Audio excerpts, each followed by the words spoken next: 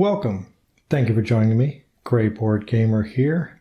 And today I am playing Auztralia by Martin Wallace. I've had a few unsuccessful playthroughs, but I'm not going to let that stop me from sharing the game with you. So, without further delay, let's get this box open and get it set up. First, we'll set up the board. This is the eastern side of the game board. The opposite side is the western side of Auztralia. Once the board is out, we would select our color. I'm going to play this as a 3-player fully cooperative game, and I'll be using the blue, red, and yellow players. For each player, you'll take the following pieces. The farm tokens, you have corn, sheep, and cattle. Each player also receives 20 railway tiles, 20 cubes in their corresponding color, 3 discs, and a port marker. Each player will also take a player board, ensuring that the eastern barracks side is showing, because we are playing the eastern part of the map, and then place all of your colored cubes in the headquarters box. The rest of the pieces are kept by the side of your player board. Then place the resources in the supply by the side of the board. There are 4 types of resources in the game. These shiny black tokens are coal. Silver metallic rectangular shapes, these are iron. The shiny gold pieces, well, those are gold. And these large white pieces are phosphate. Each player starts the game with 2 coal, 2 iron, and 4 gold. And if you forget, that's right here on the bottom of the player board. Each player starts with 3 sanity markers, and those are placed on the sanity marker spot on your player board. Unless you're ramping up the difficulty level, you will also set aside the old ones that have the X or the double X designator on them. They will not be used for this playthrough. The remaining old ones are placed into their 3 different levels, 1, 2, and 3. Each of these stacks will get shuffled and placed by the side of the board. Then we will mix and shuffle up this stack of 20 survey tiles. Now that our stack of survey tiles has been shuffled thoroughly and placed in a stack, we will now place a survey tile on each survey spot marked on the board, and those locations are designated by the survey triangle. So I'll place one of these on each of those spaces. The 13 survey spaces have tokens on each of them now. The remaining tokens will not be used. With the tokens in place, you will turn each one over, ensuring that it is oriented properly towards the top of the board, pointing north. And you can see on this token that we just turned over that the little north arrow shows you that it should be pointing towards the top of the board. And now I'll turn over the remaining tiles. All the tiles are now facing up and oriented properly, pointing towards the top of the board to the north. And now we will use these tiles to place resources and old ones as designated on each of the tiles. I won't do all 13 of them on camera, but I'll zoom in and show you a couple of them to help explain the rules for setup a little bit better. We'll start with this one, and the symbols tell you where to place the items in relation to the hex that survey tile is in. This little white dot is a phosphate, and it would go on the tile just above the survey tile. These red, green, and yellow colored monsters are old ones. That means an old one will be placed there. The coins mean there will be 3 gold, and the 3 black squares would be 3 coal. But as part of the setup, you have to remember that old ones are never placed on hills or coastal hexes. Coastal hexes are the light brown or tan colored hexes. The hills are the green, and the outback are the dark brown. We'll place the items from this tile. We have 1 phosphate that will go in the northern hex. The survey tile calls for an old one here, but this is a hill, so no old one will go there. It also calls for an old one in the survey tile location. Again, that is a hill. We have 3 coal in this hill hex. Resources are never placed on coastal hexes, but can go on outback and hill hexes. And finally, 3 gold will finish what is necessary for that survey tile. Then that survey tile can be removed. This tile shows an old one to be placed here and here. And the old one is placed according to the level of the tile. And we can see that there is a yellow number 1 in each location. I brought the level 1 old one stack over. And in each of those tiles called out for on the survey tile, we will place a level 1 old one face down.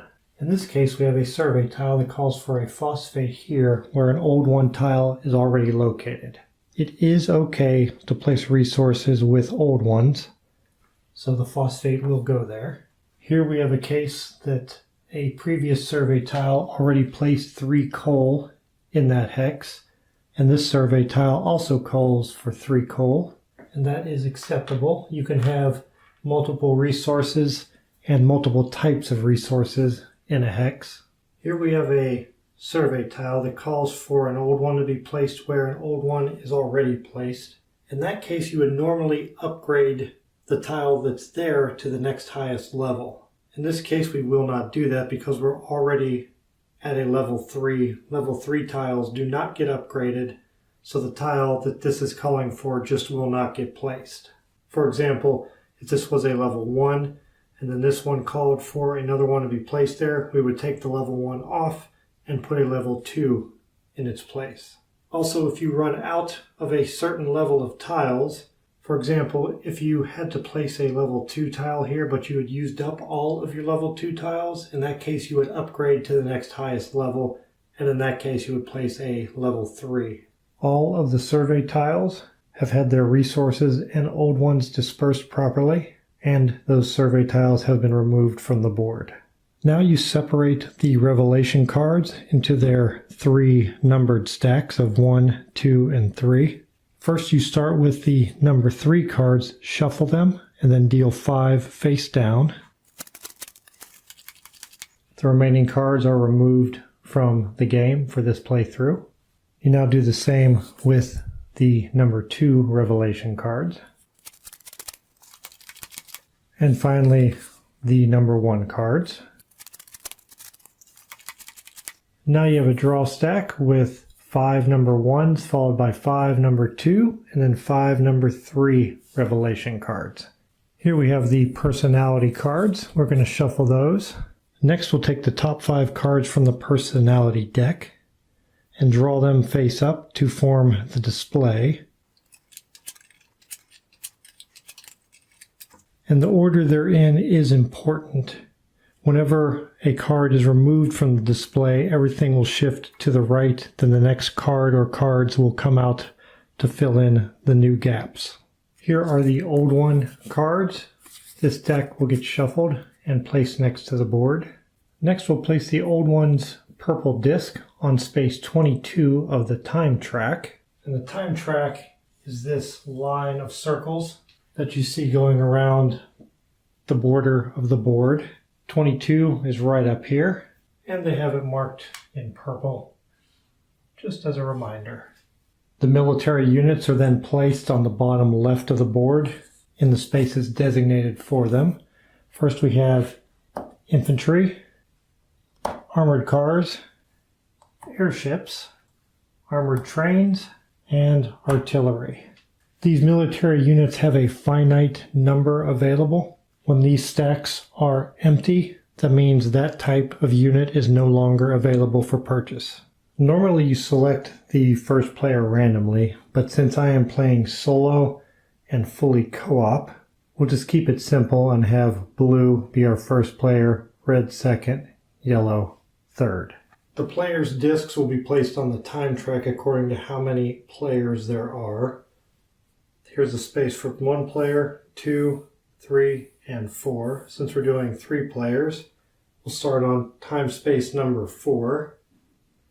And they are in player order with the blue player on top. Whichever disc is in the lowest space or furthest back on the time track and on top, that's who is next in player order. So since we're going with blue first, red second, and yellow third to start, that's the order the discs are placed in at the beginning of the game. There is a modification when you're playing full co-op to the starting space for the player discs.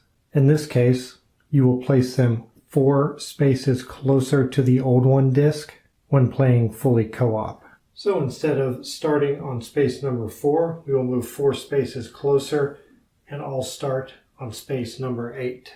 Finally, the players need to place their C ports. You go in reverse player order. In this case, yellow would place first, then red, and then blue. And no port can be within 2 hexes of another port by the most direct route. I want to be spread out across the map so I can attack from different angles. I'll start by placing the yellow port, and I think either here or here would be best. I think I'm going to go here. That way I only have to go across this one hilly area, and I get right into an area where there's a decent amount of resources.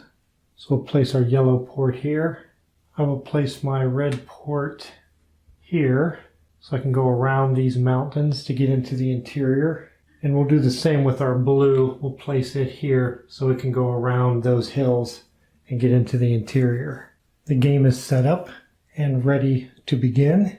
In part 1 of the playthrough, I will talk in detail about playing the game, what available actions each player can take, what our goal is and how we reach it, what are winning and losing conditions for the game, and I will read through the narrative in the instruction booklet to give you a little bit of background of the alternate timeline that this game takes place in, to give you a little bit of flavor and context for the coming gameplay. Thank you for watching the setup video of Auztralia, and I'll see you in part 1 of the playthrough.